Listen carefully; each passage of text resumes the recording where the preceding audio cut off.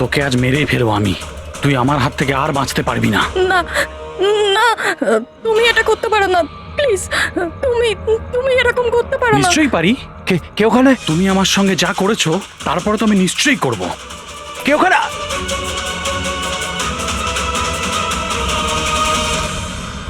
বাঁচাও, বাঁচাও, please please help, বাঁচাও। তুমি এটা করতে পারো না, প্লিজ। কেউ আছো? কেউ আছো? বাঁচাও, please please help, please please বাঁচাও। ওখানে কে আছে? প্লিজ হেল্প, হেল্প, কেউ বাঁচাও আমাকে, প্লিজ। কেউ আছো? কেউ আছো? প্লিজ বাঁচাও আমাকে, প্লিজ হেল্প, কেউ আছো? শোনো শোনো, প্লিজ, লেগে যাবে আমার। এই কি করছো? এই তোমার হাতে ওটা কি? তুই নিজের কাজ কর। এই দেবো তোকে টাকা। এই, তুমি লাগবে এটা তো? কি করছো? তোর মতো মেয়েরা না আমার কাছে ছাড়ো শুধু ওকে, time pass। ছেড়ে দাও। বললাম না, সর এখান থেকে, এখান থেকে। গান ছাড়, গান ছাড়, লেগে যায় বলছি। গান ছাড়, গান ছাড়।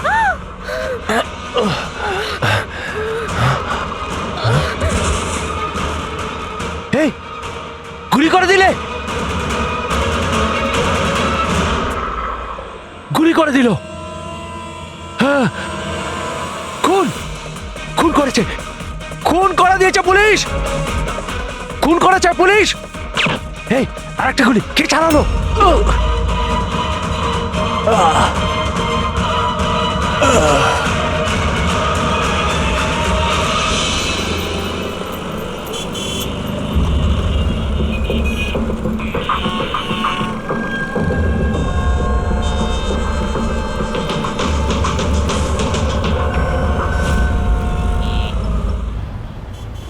মাফ করবেন, খুন আপনি দেখেছেন? কিন্তু আপনি দেখলেন কি করে? বলতে চাইছি যে আপনি তো দেখতে পাই না, তাই তো? হ্যাঁ, ওই আর কি, মানে বলতে চাইছি আপনি দেখলেন কি করে খুন হতে? এইটার সাহায্যে। এটার সাহায্যে? কি এটা? এটা সেন্সর গ্লাভস। এতে সেন্সর ফিট করা আছে, যার থেকে অদৃশ্য তরঙ্গ বেরিয়ে যায়। ওই তরঙ্গের সামনে যা কিছু থাকে ওতে ধাক্কা খেয়ে ওগুলো ফিরে আসে। তাতে আমি জানতে পারি যে আমার সামনে কি হচ্ছে। মানে এক প্রকার এটা আপনার চোখের কাজ করে? হ্যাঁ, আপনি সেটা বলতে পারেন। আরে কিন্তু এটা এটা কি করে হতে পারে? হতে পারে। এক মিনিট, আপনি আপনি একজন মহিলা, আপনি চুল বেঁধে রেখেছেন। স্যার এটা তো ইনি আন্দাজেই বলছেন। আর আপনি আপনি বেশ গোলগাল দেখতে, হেলদি ইয়াং বয়। এটা তো ভুল বলেননি, দিন দিন তো মোটা হচ্ছ। ওয়েট তো চেক করেছিলাম স্যার, একটু কমও দেখাচ্ছিল।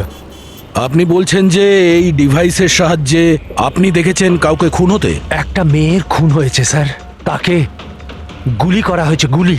কোথায়? আই মিন এখানেই কাছাকাছি? না, এখানে নয়, এই এই জায়গাটা একটু এবড়ো খেবড়ো। ওটা খুব স্মুথ ছিল, ওখানে সিঁড়িও ছিল না। আচ্ছা, আপনি ওই জায়গা থেকে এখানে কি করে এলেন? জানি না, ঘটনাস্থলে কেউ আমাকে এখানে পিছন থেকে মারলো, আর তারপর আর কিছু জানি না। চোখ খুলে দেখলাম আমি এখানে। সঞ্জীব বাবু, কাল রাতে কি হয়েছিল আপনি আপনি ডিটেলসে বলুন আমাদের। আসলে আমি কাজ থেকে ফিরছিলাম, আর তখন আমার অটোটা একটা সিগন্যালে দাঁড়ায়। হে হে, ওদিকে কি, ওদিকে কি? কি? আরে ভেতর থেকে তুমি একটা মেয়ের চিৎকার শুনতে পেলে না? মেয়ের চিৎকার? কি বলছেন কি আপনি? ও, বের বললো। কি বলছেনটা কি আরে আপনি? আচ্ছা নাও, এটা তুমি রাখো, রাখো। ঘটনাস্থলে আমি যখন পৌঁছলাম তখন দেখলাম যে একটা ছেলে আর একটা মেয়ে ছিল। ছেলেটার হাতে পিস্তল ছিল, গান। দুজনে ঝগড়া করছিল, ধস্তাধস্তি হচ্ছিল। খুন করেছে পুলিশ। এই আরেকটা গুলি। ব্যাস, যখন আমার চোখ খুললো তখন ওই ছেলেগুলো আমার গ্লাভস চুরি করবার চেষ্টা করেছিল আর আমি ওদের ধরে ফেলি।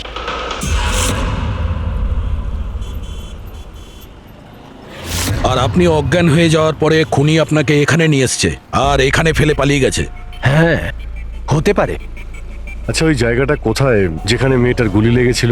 না স্যার, আমি জানি না। আচ্ছা, আন্ধারিতে ওই অটো যে সিগন্যালে দাঁড়িয়েছিল, যেখানে আপনি মেয়েটার চিৎকার শুনেছিলেন, সেই জায়গাটা জানেন আপনি? মনে আছে?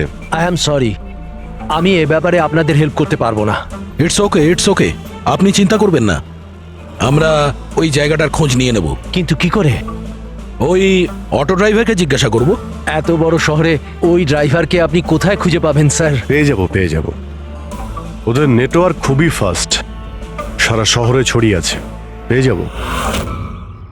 ওনার নাম, ঠিকানা বা অন্য কিছু জানেন আপনি? ও ও টুপি পরেছিল আর পুরনো গান শুনছিল 90-এর দশকের। আর ওর অটোতে আগুন নেভানোর যন্ত্রও লাগানো ছিল। আর হ্যাঁ, ওর কথাবার্তা দেখে মনে হচ্ছিল ও উত্তর ভারতে থাকে।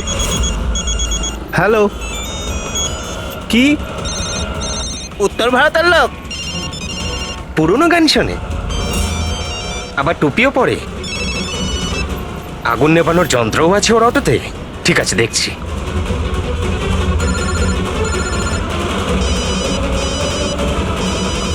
হ্যালো।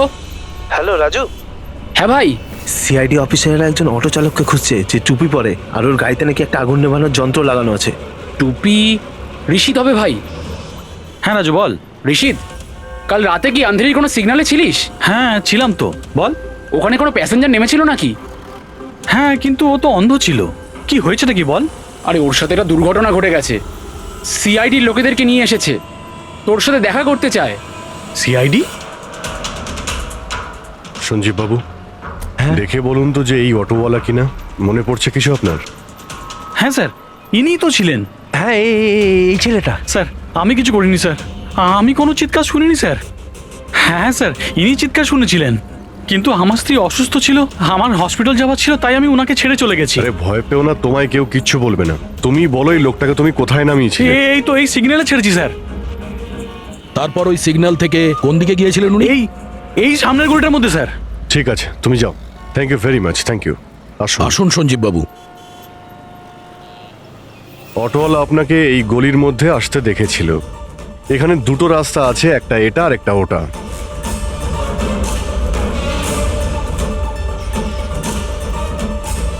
কিছু মনে পড়ছে আপনার কোথায় গিয়েছিলেন? সঞ্জীব বাবু, একটু মনে করে বলুন যে আপনি এর মধ্যে কোন গলিতে গেছিলেন?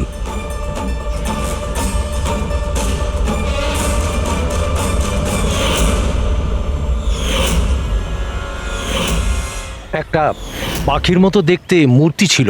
চলো আমরা এখান থেকে শুরু করি। সামনে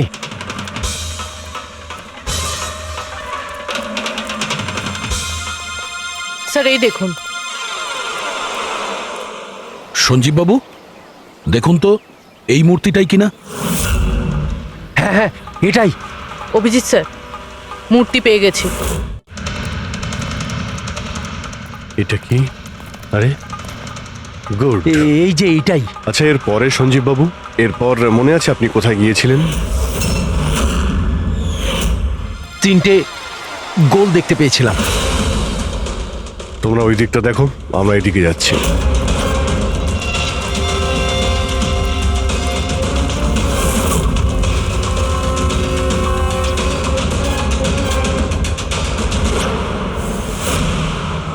স্যার,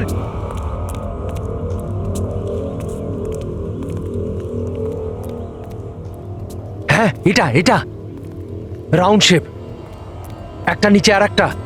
এরপর এরপর এরপর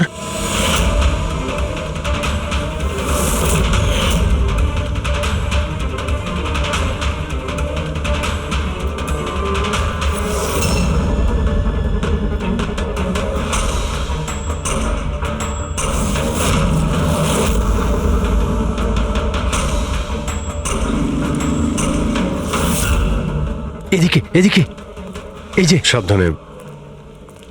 আরে স্যার, ঘুরে ফিরে সেখানেই চলে এলাম যেখান থেকে শুরু করেছিলাম। আরে সেই জন্যই তো উনি চিৎকার শুনতে পেয়েছিলেন।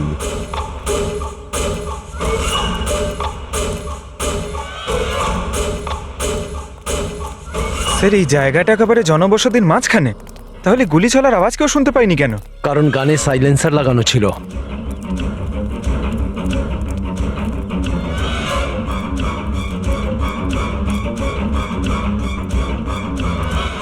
আসুন, একটা স্টেপ আছে, সাবধানে।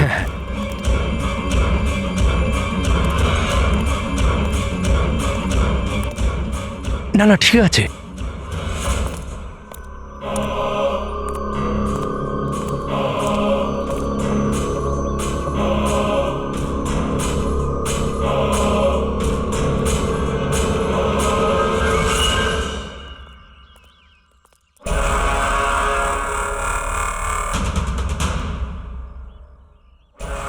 কি হলো? আপনারা দাঁড়িয়ে পড়লেন কেন? কি আছে? লাশ পেলেন? সঞ্জীব বাবু, আপনি বলেছিলেন গুলিটা কোনো মেয়ের লেগেছিল। হ্যাঁ হ্যাঁ, মেয়ের গায়ে লেগেছিল। আমি তাকে ছুঁয়ে দেখেছিলাম। ওর গুলি লেগেছিল, রক্ত বেরোচ্ছিল। কেন বলুন, কি হয়েছে? লাশ এখানে আছে, কিন্তু কোনো মেয়ের নয়, কোনো ছেলের। কি?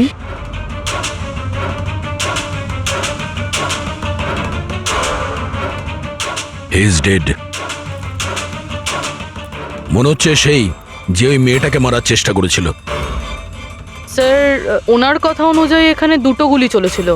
হয়তো হয়তো এই দ্বিতীয় গুলিটায় মারা গেছে।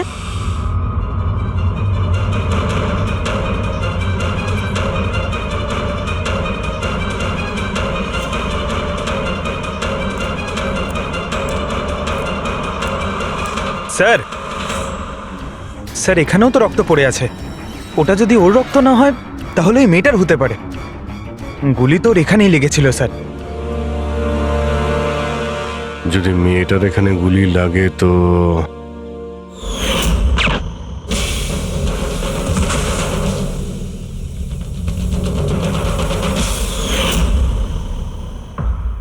আপনি বললেন যে আপনার মাথায় পিছন থেকে কেউ মেরেছিল, তো সেটা দ্বিতীয় গুলি চলার পরে আপনার লেগেছিল নাকি সেটা চলার আগে? না না, দ্বিতীয় গুলিটার পর মেরেছে। স্যার কি হচ্ছে এসব? কিছু বুঝতেই পারছি না। স্যার, রক্ত তো অনেক বেরিয়েছে। ওই মেয়েটা নিশ্চয়ই আহত। স্যার, না তো কোনো মোবাইল পেয়েছে, না ওয়ালেট, কোনো আইডেন্টিফিকেশন নেই। আর স্যার, ওর হাত আর আঙুলে যে চিহ্ন আছে সেগুলো দেখে মনে হচ্ছে কেউ যেন ঘড়ি আর আংটি চুরি করে নিয়েছে। আচ্ছা, এদের দুজনকে ছিনতাইয়ের উদ্দেশ্যে মারেনি তো? আগে এটা খোঁজ নিতে হবে যে মেয়েটা কোথায়। যদি আহত হয় কোনো হসপিটালে থাকবে, আর যদি মারা যায় তাহলে খুনি ও লাশ গুম করার চেষ্টায় রয়েছে। মিসিং পারসন ব্যুরোতে খোঁজ নিয়ে দেখো তো এর ব্যাপারে কিছু জানতে পারা যায় কিনা। বস, ক্রাইম স্পটে ওই জায়গাতে মাটির ওপর যে রক্ত পাওয়া গেছিল, ডিএনএ টেস্ট অনুসারে ওই রক্তটা কোনো মেয়ের। আসলে এই মেয়েটা ওই সময় ওখানে উপস্থিত ছিল না যখন তোমরা গেছিলে, কিন্তু ক্রাইম যখন হয়েছিল তখন ওই মেয়েটা নিশ্চয়ই ওখানে ছিল। আর স্যার, দুর্ঘটনার সময় রাত 11টা থেকে 1টার মধ্যে। ঠিকই তো আছে, সঞ্জীবও তো ওই সময় ছিল 11:30 নাগাদ। হ্যাঁ স্যার, আর সঞ্জীব বাবুকে অজ্ঞান অবস্থায় সেখানে রেখে দেয় যেখান থেকে আমরা ওনাকে পাই। আরও একটা কথা স্যার, দুটো গুলি চলেছিল। মেয়েটার গুলি লেগেছিল আর ও ওখানেই অজ্ঞান হয়ে পড়ে গেছিল, সঞ্জীব বাবুর কাছেই। তারপরে স্যার দ্বিতীয় গুলিটা করা হয়েছিল, যেটা ছেলেটার লেগেছিল। তার মানে সঞ্জীব বাবু ছাড়াও ওখানে আর কেউ ছিল যে ওই আহত মেয়েটাকে ওখান থেকে নিয়ে গিয়েছিল আর সঞ্জীব বাবুকে ওই ফুটপাতে ফেলে গেছিল। স্যার, আমি আশেপাশের এলাকায় খোঁজ নিয়েছি। ওখানে কেউই কোনো ছেলে এবং মেয়েকে আসতে বা কোনো আহত মেয়েকে ওখান থেকে যেতে দেখেনি।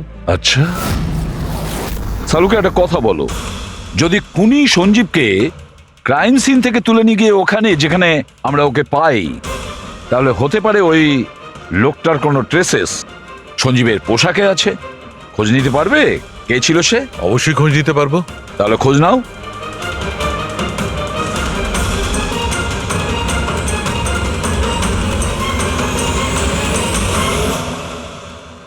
স্যার, লাশ শনাক্ত করা গেছে। ওর নাম হলো অনিকেত স্যার, আর ওর বাড়ির লোকজনও হারিয়ে যাওয়ার রিপোর্ট লিখিয়েছিলেন। অনিকেত, দেখুন, আপনার ভাই অনিকেতের বডি আমরা বন্ধ কারখানায় পেয়েছিলাম। আপনারা কি বলতে পারবেন উনি কেন এখানে এসেছিলেন? আপনার ভাইয়ের খুন হয়েছে। আশা করব আপনারা আমাদের কাছে কিছুই লুকোবেন না। যদি আপনারা সত্যি না বলেন তাহলে আমরা তো খুনিকে ধরতেই পারবো না। স্যার এরকম কিছু নয় স্যার, গত কয়েকদিন ধরে খুবই অদ্ভুত বিহেভ করছিল। অদ্ভুত মানে? প্রায় বাইরে থাকতো স্যার, সারাদিন। আমরা অনেকবার জিজ্ঞাসা করার চেষ্টা করেছি, কিন্তু কিচ্ছু বলতো না। গতকাল সকালেও 11টা নাগাদ চলে গেছিল। কোথায় গেছিল কিচ্ছু বলেনি। সারা দিন ধরে স্যার ঘরে ফেরেনি। সকালে উঠে দেখি সারা রাতেও বাড়ি ফেরেনি। তারপরে গিয়ে আমি পুলিশের কাছে কমপ্লেন করি। তো সারাটা দিন ফোনে কোনো কথা হয়নি? স্যার আমি ওকে সারাদিন ধরে ফোনে কল করছিলাম, কিন্তু ফোনেই পাচ্ছিলাম না ওকে। এরকম কবে থেকে চলছিল? স্যার জানি না কবে থেকে। গত কয়েক বছর ধরে তো সিঙ্গাপুরেই ছিল। এই তো কিছু মাস আগেই ইন্ডিয়া এলো, তখন থেকেই এরকমই বিহেভ করছিল। সিঙ্গাপুরে কি কাজ করতেন ইনি? ওখানে হোটেলে জব করতো। এ বিবাহিত ছিল? না স্যার, বিবাহিত ছিল না। কোনো মেয়ের সাথে এর সম্পর্ক ছিল?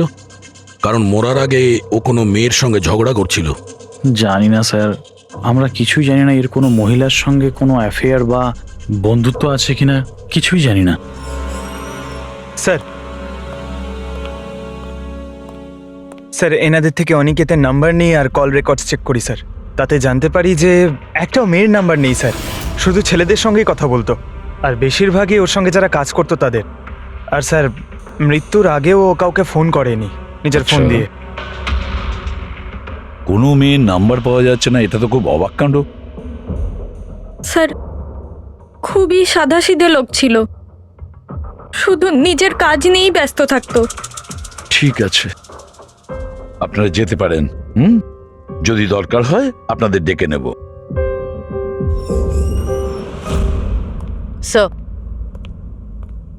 স্যার কালকে কারখানায় যাওয়ার আগেই অনিকেত সারা দিন একই জায়গায় ছিল। কোন জায়গায়? Sir coffee shop. স্যার এর ক্রেডিট কার্ডের বিল থেকে এটা প্রমাণিত হয় যে এ সারাদিন ওই কফি শপে ওর ক্রেডিট কার্ড সোয়াইপ করেছিল। হ্যাঁ স্যার, ওর ফোনের লাস্ট লোকেশন ওই কফি শপই ছিল। কোন কফি শপ ছিল ওটা? Pillow coffee shop. যাও ওই পিলো কফি শপে আর খোঁজ না ও সারাদিন বসে কি করছিল। স্যার,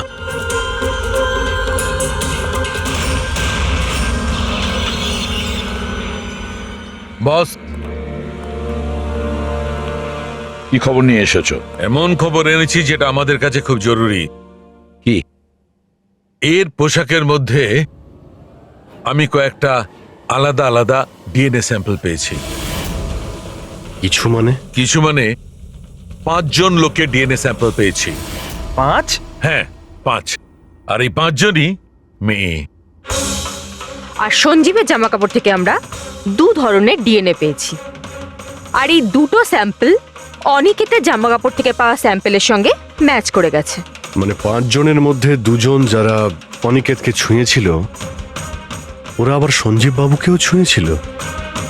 তার মানে অভিজিৎ এই পুরো কাজটা দুটো মেয়েই করেছে।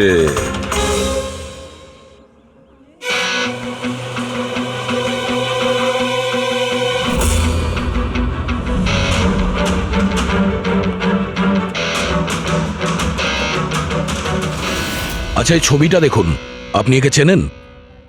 কালে সারাদিন এখানে আপনার ক্যাফেতেই ছিল। হ্যাঁ স্যার, এই কালকে সারাটা দিন এখানেই ছিল, আর রাতে এই ধরুন 10:30 আশেপাশে এখান থেকে বেরিয়েছিল। এ একা ছিল নাকি এর সাথে আরো কেউ ছিল? নিতু, এদিকে একটু এসো। এই ফটোটা একটু দেখো, এই কালকে এখানেই ছিল না? এনাদেরকে এটা বলো যে কালকে একা ছিল না, কারোর সাথে ছিল। ইনি তো অনিকেত। ইনি কখনো একা আসতেন না, সবসময় ভিড় নিয়ে আসতেন। মহিলা আর মেয়েদের ভিড়। আর শুধু কালই নয়, ইনি আমাদের রেগুলার কাস্টমার, প্রায়ই এখানে আসেন। আচ্ছা ও রোজ একই মেয়ের সাথে আসতো না আলাদা আলাদা? আলাদা আলাদা আসতো স্যার, আর দিনে কম করে 3 থেকে 4 জন। খুবই পাকা খেলোয়াড় ছিলেন ইনি। একবার তো আমি ওনাকে জিজ্ঞাসাও করেছিলাম যে এতগুলো মেয়ের সাথে বন্ধুত্বটা হলো কি করে। তো উনি আমাকে বলেছিলেন যে ওনার মোবাইলে একটা অ্যাপ আছে, কোনো ডেটিং অ্যাপ। ওখানেই ওনার এই মেয়েগুলোর সাথে পরিচয়।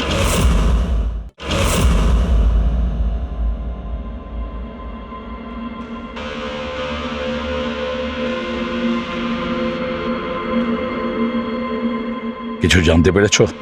হ্যাঁ স্যার, অনিকেতের ডেটিং অ্যাপের ব্যাপারে জানা গেছে। ওই অ্যাপটার নাম ম্যাচ আপ। Match up?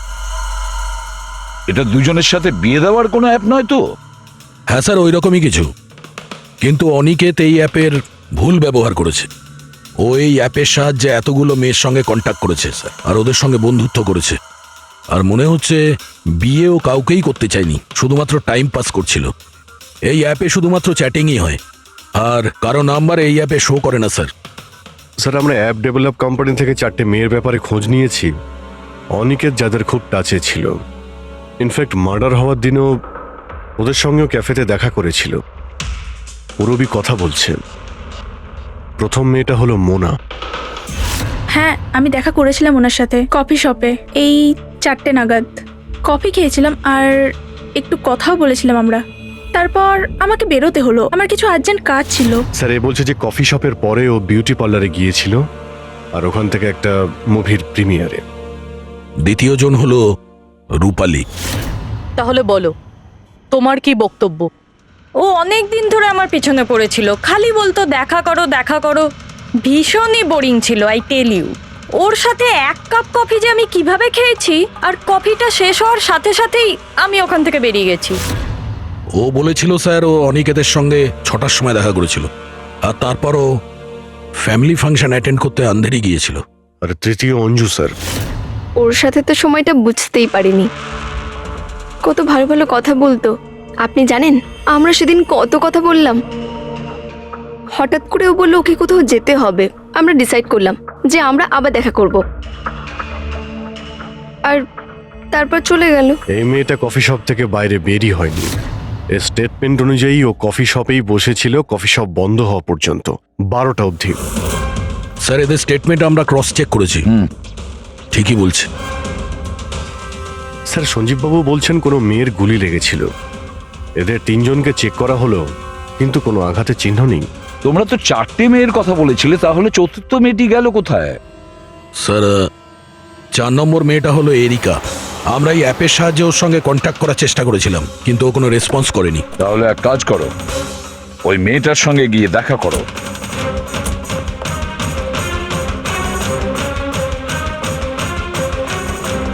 রজত, তাড়াতাড়ি রেডি হও। আর কত সময় নেবে? এতটা সময় তো মেয়েরাও নেয় না। আসছি বাবা, জাস্ট 2 মিনিট। Excuse me. হ্যাঁ বলুন, কাকে চাই?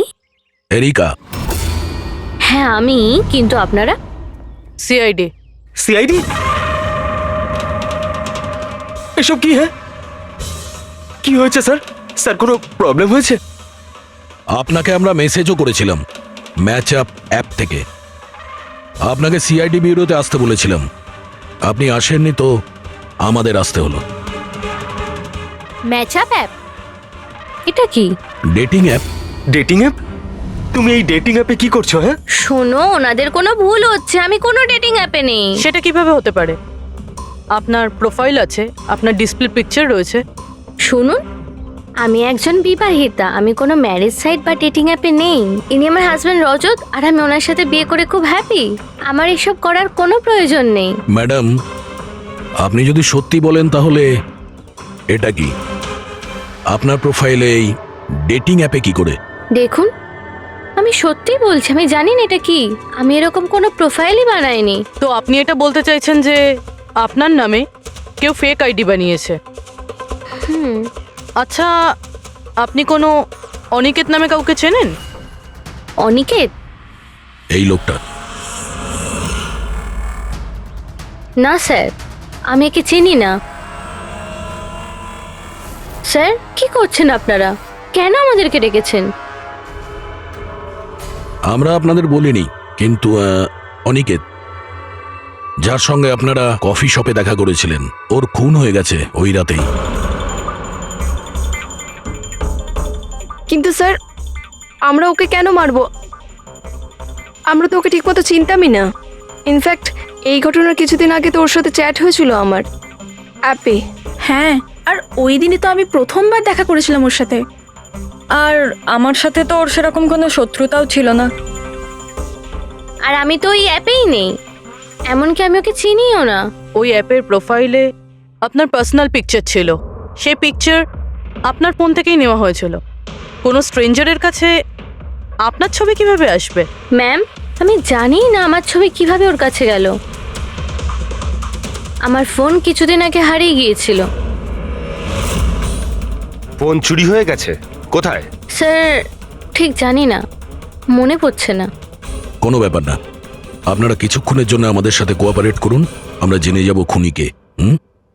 ফ্রেডি,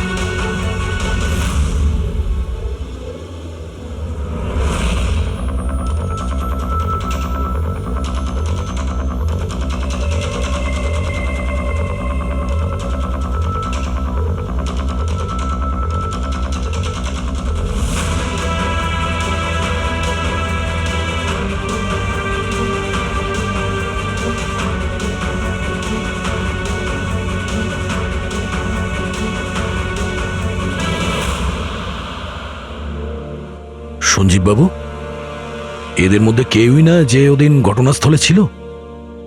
এদের মধ্যে কেউ নয়। ঠিক আছে, আপাতত আপনারা যেতে পারেন। Thank you.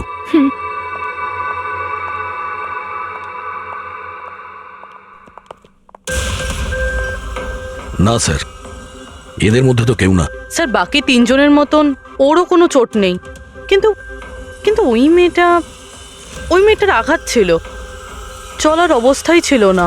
কিন্তু সালুকে যে আমাকে বলল ও সঞ্জীবের পোশাকে যে ডিএনএ টেস্ট করেছিল তাতে তো দুটো মহিলার ট্রেসেস পাওয়া গেছে।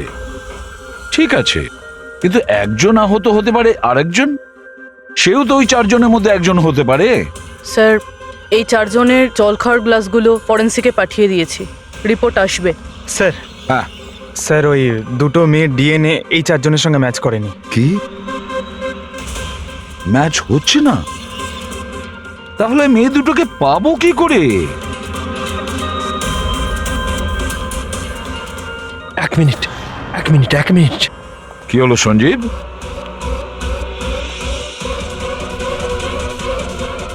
এসিবি স্যার, আমি এই গন্ধটা চিনি। গন্ধ? আমার আফটার শেভ মনে হয় স্যার। না, এটা ওই গন্ধ যেটা আমি ঘটনাস্থলে পেয়েছিলাম, একদম ওটার মতো। কফি আর চা?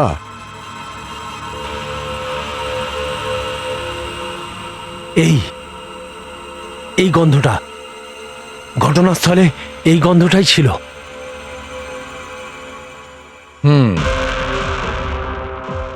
আর আমি পঙ্কজের জামার হাতার ওপরে কফির দাগ পেয়েছি। হ্যাঁ স্যার, ওই সকালে কফি বানাচ্ছিলাম না, তাই একটু পড়ে গেছিল। তার মানে ডক্টর সালুকে ওই ক্রাইম সিনে কফি আর চায়ের মিশ্রিত একটা গন্ধ ছিল। ক্রাইম সিনে না খুনির কাছে?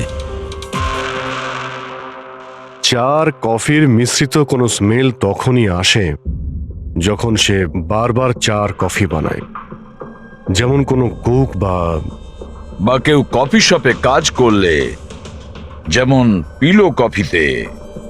পুরো একটা কাজ করো, এরিকাকে জিজ্ঞেস করো যে ওর ফোন পিলো কফি শপের আশেপাশে হারিয়েছিল কিনা।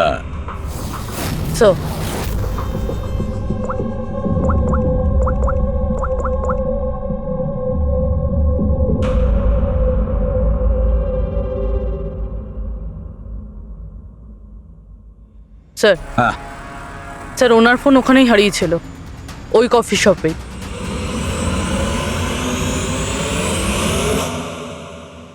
এই মেয়েটা এখানে প্রায়ই আসে না? হ্যাঁ, এনাকে দেখেছি তো এখানে। এর ফোনটা হারিয়ে গেছে। তো এর ফোনটা যখন হারিয়েছিল, এখানে ডিউটিতে কে ছিল?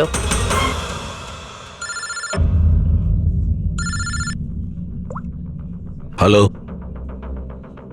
হ্যাঁ ফ্রেডি।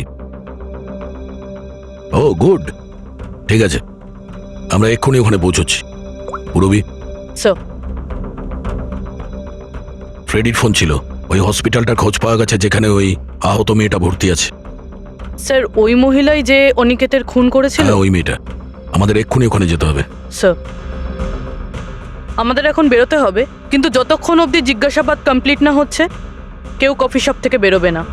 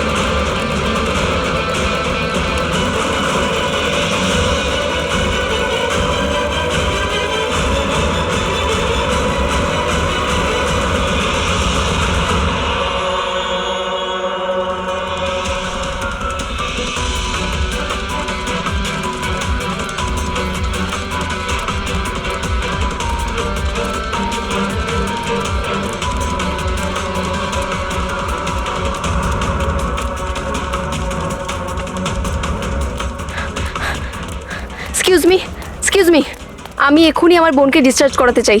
আপনি এক্ষুনি ডিসচার্জ পেপার তৈরি করুন, তাড়াতাড়ি। ডিসচার্জ? কিন্তু উনি তো এখনো কোমায়। দেখুন, আমার এসব জেনে কোনো কাজ নেই, আমাদের এক্ষুনি এখান থেকে বেরোতে হবে। আপনি তাড়াতাড়ি করুন প্লিজ। এভাবে কি করে ডিসচার্জ করে দিই? ওনার প্রাণের থেকেও কি এমন বেশি জরুরি? দেখুন, আমার এত তর্ক করার কোনো সময় নেই, আপনি আমার সঙ্গে তর্ক করবেন না। তাড়াতাড়ি করুন প্লিজ, যেটা বললাম সেটা করুন।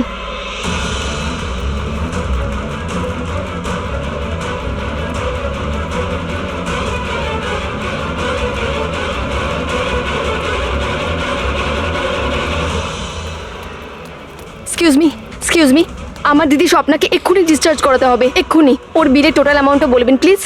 Excuse me. মনে হয় খুব তাড়া আছে তোমার।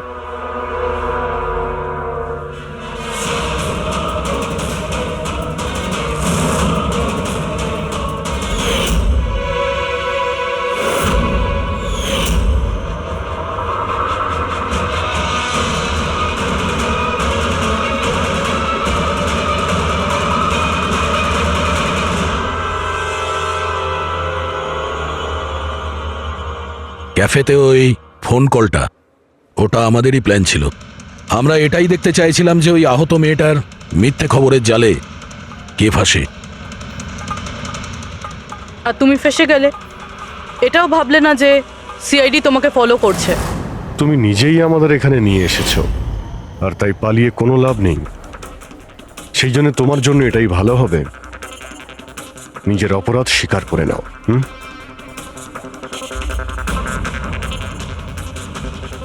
অনিকেত আমার দিদিকে জীবন্ত অবস্থাতে মেরে ফেলেছিল। ওদের সিঙ্গাপুরে দেখা হয়েছিল, আর ওখানেই আমার দিদিকে বিয়ের মিথ্যে প্রতিশ্রুতি দিয়েছিল। ওরা এঙ্গেজমেন্টও করে নেয়, আর তারপরে বিয়ের কথা বললেই ও এড়িয়েই যেত। আমার দিদি যখনই বিয়ের ডেট ফিক্স করার কোনো কথা তুলতো, তখন সবসময় কোনো না কোনো অজুহাত দিতে শুরু করতো। আর এই ধরুন 6 মাস আগে ও বলল যে ওর মা নাকি খুব অসুস্থ, আর ওর মায়ের চিকিৎসার জন্য টাকার দরকার। আর আমার দিদি নিজের জীবনের সব সেভিংসটা দিয়ে দিয়েছিল। আর ও বলল যে ও সিঙ্গাপুর থেকে ফিরে এসেই আমার দিদিকে বিয়ে করবে। আর টাকা পয়সা নিয়ে অনিকেত সিঙ্গাপুর থেকে মুম্বাই আসে। হ্যাঁ, স্বপ্ন ওর অপেক্ষা করতে থাকলো, আর সেটাও পুরো 3 মাস ধরে। তারপরে একদিন আমি দেখলাম যে ও মুম্বাইয়ের ওই ক্যাফেতে ছিল, তাও আবার অন্য মেয়েদের সাথে। তার মানে ও স্বপ্নাকে বিয়ে করতেই চায়নি? না, ও স্বপ্নাকে ঠকাচ্ছিল। ও স্বপ্নার ইনকাম করা টাকা অন্য মেয়েদের পেছনে ওড়াচ্ছিল। আর আর ওর মাও কিন্তু অসুস্থ ছিল না, কারণ ওর তো কোনো মাই ছিল না। ওর মা তো অনেকদিন আগেই মারা গেছিলেন। তাই তুমি প্রতিশোধ নেওয়ার একটা প্ল্যান করলে। স্বপ্না তো আমার কোনো কথা বিশ্বাস করতে চাইতোই না। ওর ভালোবাসায় অন্ধ হয়ে গেছিল। ওর প্রমাণের দরকার ছিল। তাই অনিকেতের সত্যিটা সামনে আনার জন্য আমি এরিকার ফোন চুরি করি, আর ওর নাম দিয়েই আমি ম্যাচআপ অ্যাপে ওর ফেক প্রোফাইল তৈরি করি, আর অনিকেতের সঙ্গে চ্যাটিং করতাম। আর ও ইজিলি আমার ফাঁদে পড়ে যায়। তারপরে আমি ওকে ওই ফ্যাক্টরিতে আসতে বলি, আর তার সাথে স্বপ্নাকেও আসতে বলি, যাতে ও নিজের চোখে সব কিছু দেখতে পাক। কিন্তু ওই দিন যখন আমি ওখানে গেছিলাম, তখন আমি দেখলাম যে... এটা কি করছো তুমি? হিসেবটা শেষ করে দিচ্ছি। তুমি আমার সাথে যা করেছো তারই শাস্তি এটা। আমি সব জানি তুমি আমার টাকা কোথায় কোথায় খরচ করেছো, আর কত মেয়ের জীবন তুমি নষ্ট করবে। Aniket, please drop the gun. Aniket please, টাকা চাই তোর? তুমি এটা কি করছো? বেরো এখান থেকে, চুপচাপ বেরো এখান থেকে। আরে ছাড়ো ওকে, ছেড়ে দাও। ওকে বললাম না বেরো এখান থেকে।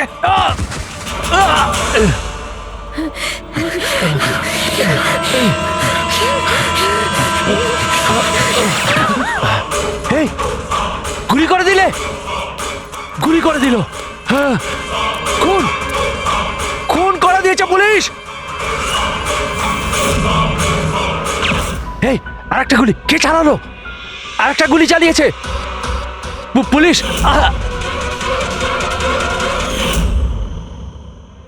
তুমি জানো, অনিকেতের লাশ পর্যন্ত আমাদের ওই সঞ্জীব বাবু পৌঁছে দিয়েছিলেন।